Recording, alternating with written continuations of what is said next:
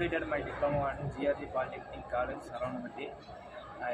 Done my project in diploma hydraulic mobile crane.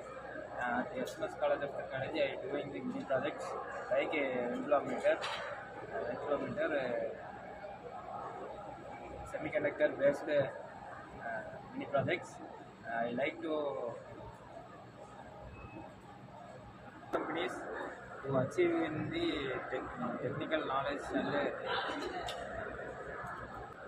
having some communication skills like Japanese, Tamil, English, and Kannada also know little bit.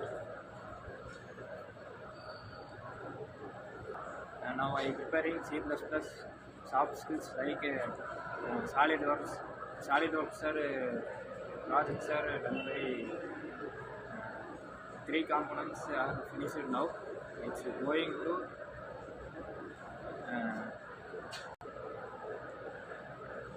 SolidWorks drawings are done by 4 components, and it's going now on a testing process with the help of the workshop and robotics club. Thank you.